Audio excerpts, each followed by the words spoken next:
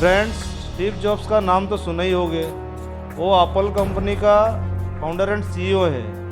एक बार वो क्या नाम स्टैनफोर्ड यूनिवर्सिटी का कॉन्वोकेशन सेरेमनी में जाकर एक अपना लाइफ लेसन के बारे में बताए थे।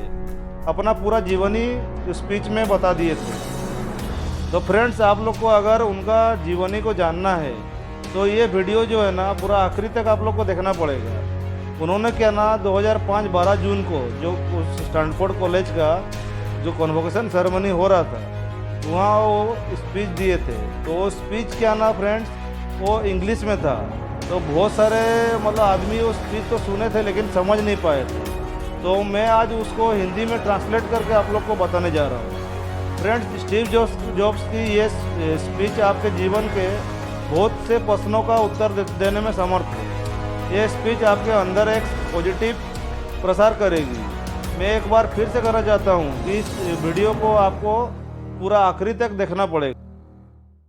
स्टीव जॉब्स कहते हैं, आज विश्व के सबसे बेहतरीन यूनिवर्सिटी का एक कॉन्वोकेशन सेरेमनी में उपस्थित होने पर मैं स्वयं को बहुत ही सम्मानित महसूस कर रहा हूँ। मैं आपको एक सच बताना चाहता हूँ कि मैं कभी किसी कॉलेज से आसपास नहीं हुआ और आज पहली बार मैं किसी कॉलेज ग्रेजुएशन समारोह के इतने नज़दीक पहुँचा हूँ। आज मैं आपके अपने जीवन की 3 कहानियाँ सुनाता हूँ। बहुत अधिक कुछ नहीं, केवल 3 कहानियाँ। पहला कहानी डॉट्स कनेक्ट करने के विषय में है। रीड कॉलेज में प्रवेश लेने के 6 महीने के अंदर ही मैंने पढ़ाई छोड़ दी, लेकिन मैं उसके 18 महीना बाद तक वहाँ किसी तरह आता जाता रहा। तो प्रश्न ये है कि मैंने कॉलेज क्यों छोड़ा। वास्तव में इसकी शुरुआत मेरे जन्म से पहले की है। मेरे जन्म देने वाली माता एक यंग अविवाहित ग्रेजुएट छात्रा थी और वो मुझे किसी और को गोद लेने यानी अडॉप्शन के लिए देना चाहती थी। किंतु उनकी यही इच्छा थी कि कोई कॉलेज ग्रेजुएट ही मुझे अडॉप्ट करे। इस प्रकार सब कुछ सेट था और मैं एक वकील और उनकी पत्नी के द्वारा अडॉप्ट किया जाने वाला था कि अचानक उन्होंने अपना विचार बदल दिया और निर्णय लिया कि वास्तव में उन्हें एक लड़की चाहिए। इसलिए तब आधी रात को मेरे माता पिता, जो तब वेटिंग लिस्ट में थे, वो कॉल करके बताया गया उनको कि हमारे पास एक बेबी बॉय है, क्या आप उसे गोद लेना चाहेंगे। और उन्होंने तुरंत हाँ कर दी।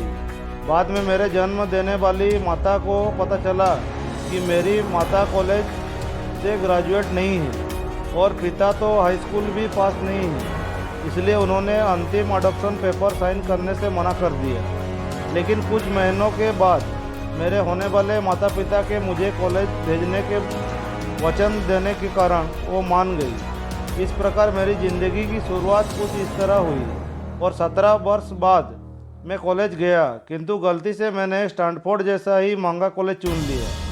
मेरे वर्किंग क्लास माता पिता की सारी जमा पूंजी मेरी पढ़ाई में खर्च होने लगी। 6 महीने बाद मुझे इस पढ़ाई का कोई महत्व दिखाई नहीं दिया। मुझे कोई आइडिया नहीं था कि मैं अपनी ज़िंदगी में क्या करना चाहता हूँ और कोई आइडिया नहीं था कि कॉलेज किस तरह मुझे इसमें मदद करेगा। और यहाँ मैं अपने माता पिता की जीवन भर की जमा पूंजी खर्च करता जा रहा था। इसलिए मैंने कॉलेज ड्रॉप आउट करने का निर्णय लिया और यही विचार किया, जो भी होगा अच्छा होगा। उस समय तो ये सब कुछ मेरे लिए बहुत डरावना था, लेकिन जब मैं बीते हुए समय में देखता हूँ तो मुझे लगता है कि ये मेरी ज़िंदगी का सबसे अच्छा निर्णय था।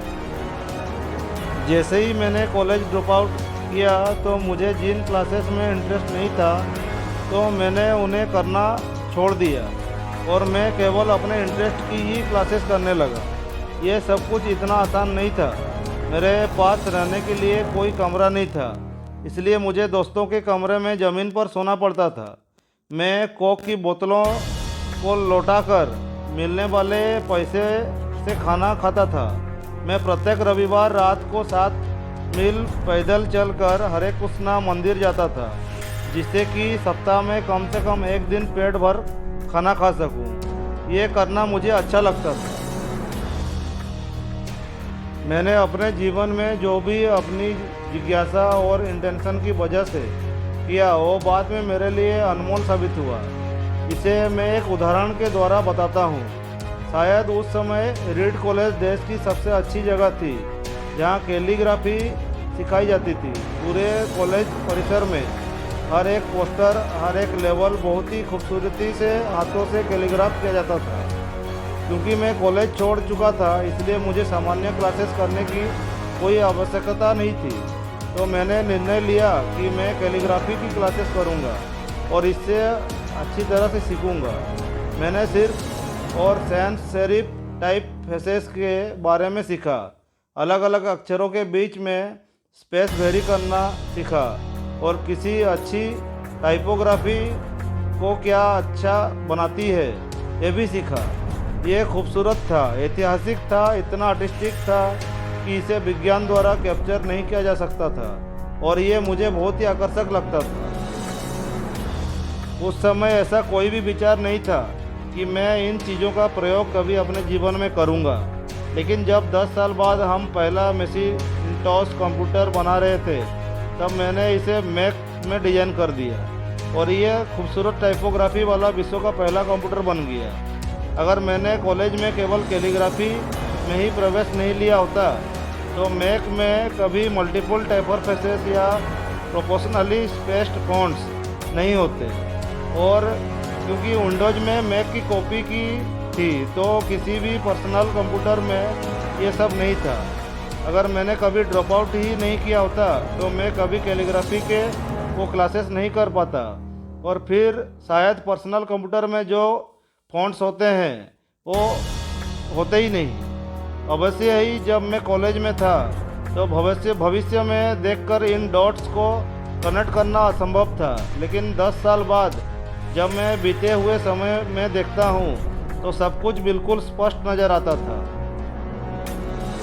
आप कभी भी भविष्य को देखकर डॉट्स कनेक्ट नहीं कर सकते हैं, आप केवल पीछे देखकर ही डॉट्स कनेक्ट कर सकते हैं। इसलिए आपको विश्वास करना होगा कि अभी जो भी हो रहा है वो आगे चलकर किसी न किसी तरह आपके फ्यूचर से कनेक्ट हो जाएगा।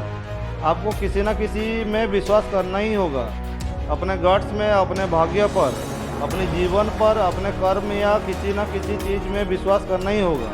क्योंकि इस बात में विश्वास रखना कि आगे चलकर डॉट्स कनेक्ट होंगे आपके अपने दिल की आवाज़ सुनने की हिम्मत देगा। और उस समय भी जब आप बिल्कुल अलग रास्ते पर चल रहे होंगे और यही बात आपको अन्य लोगों से अलग बनाएगी। मेरी दूसरी कहानी लव और लॉस के विषय में है। मैं सौभाग्यशाली था, मैं जिस चीज़ से प्यार करता था वो मुझे जल्द ही मिल गई और मैंने अपने पिता के गराज से एप्पल शुरू की। तब मैं 20 वर्ष का था। मैंने बहुत मेहनत की और 10 साल में एप्पल 2 लोगों से बढ़कर $2 बिलियन और 4000 लोगों की कंपनी हो गई। हमने अभी 1 साल पहले ही हमारी बेहतरीन रचना मैकिन्टॉश रिलीज की और मैं 30 का हो गया था और मुझे कंपनी से निकाल दिया गया। आप अपनी बनाई हुई कंपनी से कैसे निकाले जा सकते हैं? जैसे जैसे एप्पल ग्रो करने लगी, हमने एक ऐसे बुद्धिमान आदमी को हायर किया जिसे मैंने सोचा कि वो मेरे साथ मिलकर कंपनी को आगे बढ़ाएगा। पहले 1 साल सब कुछ ठीक प्रकार से रहा, लेकिन फिर कंपनी के फ्यूचर विजन को लेकर हम दोनों में विवाद होने लगे। बात बोर्ड ऑफ डायरेक्टर तक पहुंच गई और उन लोगों से उसका साथ दिया। इस प्रकार 30 वर्ष की आयु में मुझे निकाल दिया गया और पब्लिकली में निकाल दिया गया। जो मेरी पूरी अडल्ट लाइफ का फोकस था वो अब ख़त्म हो चुका था और ये पूरी तरह से ही बर्बाद होने वाला था। मुझे वास्तव में अगले कुछ महीनों तक समझ में नहीं आया कि मैं क्या करूं। मुझे लगा कि ये सब कुछ इतनी आसानी से स्वीकार करेंगे। मैंने अपने पहले की पीढ़ी के उद्योगपतियों को नीचे दिखाया है। मैं डेविड पैकार्ड और बॉब नॉयज से मिला और सब कुछ ऐसे ही जाने पर उनसे माफ़ी मांगी। मैं एक बहुत बड़ा पब्लिक फेलोअर था। एक बार तो मैंने वैली छोड़कर जाने की भी सोची, पर धीरे धीरे मुझे एहसास हुआ कि मैं जो काम करता हूँ उसके लिए मैं अभी भी उत्साहित हूँ, पैशनेट हूँ। एप्पल में जो कुछ हुआ उसकी वजह से मेरे पैशन में थोड़ी सी भी कमी नहीं आई है। मुझे अस्वीकार कर दिया गया था, फिर भी अब भी मैं अपने काम से प्यार करता हूँ, इसलिए मैंने एक बार फिर से शुरुआत करने की सोची। मैं तब यह देख नहीं पाया था, किंतु अब मुझे लगता है कि एप्पल से निकाले जाने से अच्छा मेरे साथ हो ही नहीं सकता था। सफल होने का बोझ अब बिगिनर होने के हल्कापन में बदल चुका था। मैं एक बार फिर से स्वयं को बहुत हल्का महसूस कर रहा था। इस आज़ादी की वजह से मैं अपने जीवन की सबसे क्रिएटिव पीरियड में जा सका। अगले 5 सालों में मैंने एक कंपनी नेक्स्ट और दूसरी कंपनी पिक्सार शुरू की, और इसी दौरान मैं एक बहुत ही अद्भुत महिला से मिला जो आगे चलकर मेरी पत्नी बनी। पिक्सार ने विश्व की पहली computer animated movie toy story बनाई, और इस समय ये विश्व का सबसे पहला एनिमेशन स्टूडियो है। एप्पल ने एक अप्रत्याशित कदम उठाते हुए नेक्स्ट को खरीद लिया, और मैं एप्पल में फिर से चला गया। आज एप्पल नेक्स्ट द्वारा विकसित की गई तकनीक प्रयोग करती है। अब लॉरेन और मेरा एक सुंदर सा परिवार है। मैं पूरे विश्वास के साथ कह सकता हूँ कि अगर मुझे एप्पल से भी नहीं निकाला गया होता तो मेरे साथ ये सब कुछ नहीं होता। यह एक कड़वी दवा थी, लेकिन मेरे विचार में मरीज की इसकी ज़रूरत थी। कभी कभी ज़िंदगी आपको इसी तरह ठोकर मारती है। अपना विश्वास मत खोइए। मैं विश्वास से साथ कह सकता हूँ कि मैं सिर्फ इसलिए आगे बढ़ता गया क्योंकि मैं अपने काम से प्यार करता था। आप वास्तव में क्या करना पसंद करते हैं ये आपको जानना होगा। जितना अपने प्यार को जानना जरूरी है, उतना ही उस काम को खोजना भी जरूरी जिससे आप सच में एंजॉय करते हो। आपका काम आपकी ज़िंदगी का एक बड़ा हिस्सा होगा, और वास्तविक रूप से संतुष्ट होने का एक ही तरीका है कि आप वो करें जिस आप वास्तव में एक बड़ा काम समझते हैं, और बड़ा काम करने का एक ही तरीका है कि आप वो करें जो करना आपको पसंद करते हैं। यदि आपको अभी तक वो काम नहीं मिला है तो आप रुकिए मत, उसे खोजते रहिए। जैसा कि दिल से जुड़ी हर एक चीज़ में होता है, वो जब आपको मिलेगी तब आपको पता चल जाएगा। और जैसा कि किसी अच्छी रिलेशनशिप में होता है, वो समय के साथ साथ और भी अच्छा होते जाएगा। इसलिए खोजते रहिए, रुकिए मत। मेरा तीसरा कहानी मृत्यु यानी डेथ के विषय में है। जब मैं 17 साल का था तो मैंने एक कथन पढ़ा था जो कुछ इस तरह था: यदि आप प्रत्येक दिन ऐसे जिएं जैसे कि ये आपकी ज़िंदगी का अंतिम दिन है, तो आप किसी न किसी दिन सही साबित हो जाएंगे। इसने मेरे दिमाग पर एक इम्प्रेशन छोड़ दी, और तब से पिछले 33 सालों से मैंने प्रत्येक सुबह उठकर शीशे में देखा है और स्वयं को एक सवाल किया है, अगर आज का दिन मेरी ज़िंदगी का अंतिम दिन होता तो क्या मैं आज वो करता जो मैं करना वाला हूँ। और जब भी लगातार कई दिनों तक उत्तर नहीं होता तो मैं समझ जाता हूँ कि कुछ बदलने की ज़रूरत है। इस बात को याद रखना कि मैं बहुत जल्द मर जाऊँगा मुझे अपने जीवन के बड़े निर्णय लेने में सबसे ज़्यादा मददगार होता है, क्योंकि जब एक बार मृत्यु के बारे में सोचता हूँ तब सारी अपेक्षाएं, सारा गर्व, असफल होने का सारा डर, सब कुछ गायब हो जाता है, और सिर्फ वही शेष रह जाता है जो वास्तव में महत्वपूर्ण है। इस बात को याद रखना कि एक दिन मरना है किसी भी चीज़ को खाने के डर को दूर करने का सबसे अच्छा तरीका है। आप पहले से ही नंगे हैं, ऐसा कोई कारण नहीं है कि आप अपने दिल की ना सुनें। करीब 1 साल पहले ही पता चला कि मुझे कैंसर है। सुबह 7:30 बजे मेरा स्कैन हुआ, जिसमें साफ दिखाई दे रहा था कि मेरे पेनक्रियाज में ट्यूमर है। मुझे तो जानकारी भी नहीं थी कि पेनक्रियाज क्या होता है। डॉक्टर ने लगभग पूरे विश्वास के साथ बताया कि मुझे एक ऐसा कैंसर है जिसका उपचार संभव नहीं है, और अब मेरा जीवन केवल 3 से 6 महीना का ही है। डॉक्टर ने मुझे सलाह दी कि मैं घर जाऊं और अपनी सभी चीज़ें व्यवस्थित कर लूं, जिसका डॉक्टरी भाषा में मतलब था कि आप मरने की तैयारी कर लीजिए। इसका अर्थ है कि आप कोशिश करिए कि आप अपने बच्चों से जो सारी बातें अगले 10 साल में करते हैं वो अगले कुछ ही महीनों में कर लीजिए। इसका तात्पर्य यह हुआ कि आप सब कुछ सुव्यवस्थित कर लीजिए कि आपके बाद आपके परिवार को कम से कम परेशानी होगी। इसका यह अर्थ हुआ कि आप सभी को गुड बाय कर दीजिए। मैंने इस डायग्नोसिस के साथ पूरा दिन बिता दिया और शाम को मेरी बायोप्सी हुई, जहां मेरे गले के रास्ते पेट से होते हुए मेरे इंटेस्टाइन में एक एंडोस्कोप डाला गया और एक सुई से ट्यूमर को कुरेद कर सेल्स को निकाले गए।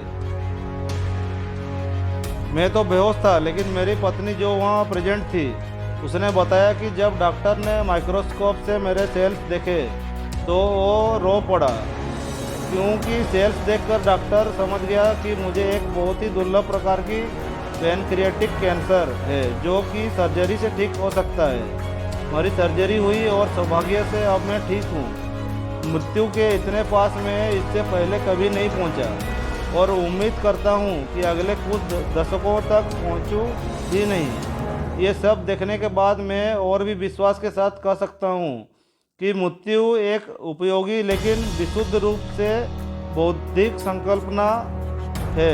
कोई भी मरना नहीं चाहता है, यहाँ तक कि जो लोग स्वर्ग जाना चाहते हैं वो भी वहाँ जाने के लिए मरना नहीं चाहते हैं। फिर भी मृत्यु वो स्थान है जिसे हम सभी शेयर करते हैं। आज तक इससे कोई बचा नहीं है और ऐसा ही होना चाहिए, क्योंकि मृत्यु की एकमात्र इस जीवन का सबसे बड़ा आविष्कार है। ये जिंदगी को बदलती है, पुराने को समाप्त कर नए का रास्ता खोलती है और इस समय नए आप हैं, पर ज़्यादा नहीं, कुछ ही दिनों में आप भी पुराने हो जाएंगे और रास्ते से साफ हो जाएंगे। इतना ड्रामेटिक होने के लिए मैं माफ़ी चाहता हूँ, लेकिन ये सत्य है। आपका समय सीमित है, इसलिए इसे किसी और की ज़िंदगी जीकर व्यर्थ मत कीजिए। बेकार की सोच में मत फंसिए। अपने जीवन को दूसरों के हिसाब से मत चलाइए। औरों के विचारों के शोर में अपने अंदर की आवाज़ को मत दबाइए। और सबसे महत्वपूर्ण यह है कि अपने दिल और सच बुद्धि की बात सुनने का साहस रखें। वो पहले से ही जानते हैं कि तुम वास्तव में क्या बनना चाहते हो। अन्य सब सेकेंडरी है। जब मैं छोटा था तब एक अद्भुत publication The Whole Earth Catalog हुआ करता था, जो कि मेरी पीढ़ी की बाइबल्स में से एक था। इसे स्टीवर्ट ब्रांड नाम के एक व्यक्ति जो यहाँ मेलोन पार्क से अधिक दूर नहीं रहते थे, उन्होंने अपना पोएटिक टच देकर बड़ा ही जीवंत बना दिया था।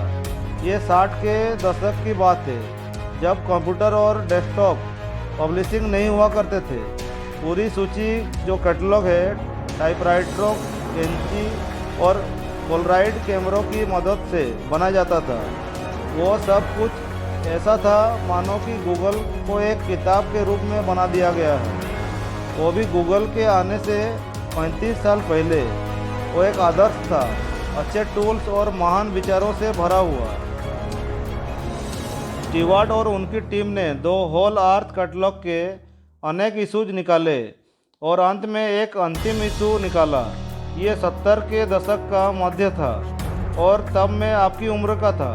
अंतिम संस्करण के पिछले कवर पर प्रातःकाल के किसी गांव की सड़क का चित्र था। वो कुछ ऐसी सड़क थी जिसपे यदि आप रोमांचित यानी एडवेंचरस हो तो किसी से लिफ्ट मांगना चाहोगे। और उस चित्र के नीचे लिखा था स्टे हंग्री स्टे फुलिश। ये उनका अंतिम संदेश मतलब फेयरवेल मैसेज था जब उन्होंने साइन अप किया, स्टे हंग्री स्टे फुलिश। और मैंने अपने लिए हमेशा यही मांगा है। और अब जब आप सभी यहाँ ग्रेजुएट हो रहे हैं तो मैं आपके लिए भी यही विश करूँगा, स्टे हंग्री स्टे फुलिश। आज सभी का बहुत बहुत धन्यवाद। क्या आज के दिन में आपने भी सीखा है कुछ भी नया?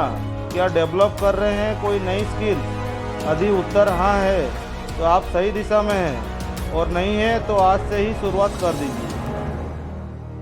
तो फ्रेंड्स, स्टीव जॉब्स पर आधारित ये स्टोरी आप लोग को कैसा लगा?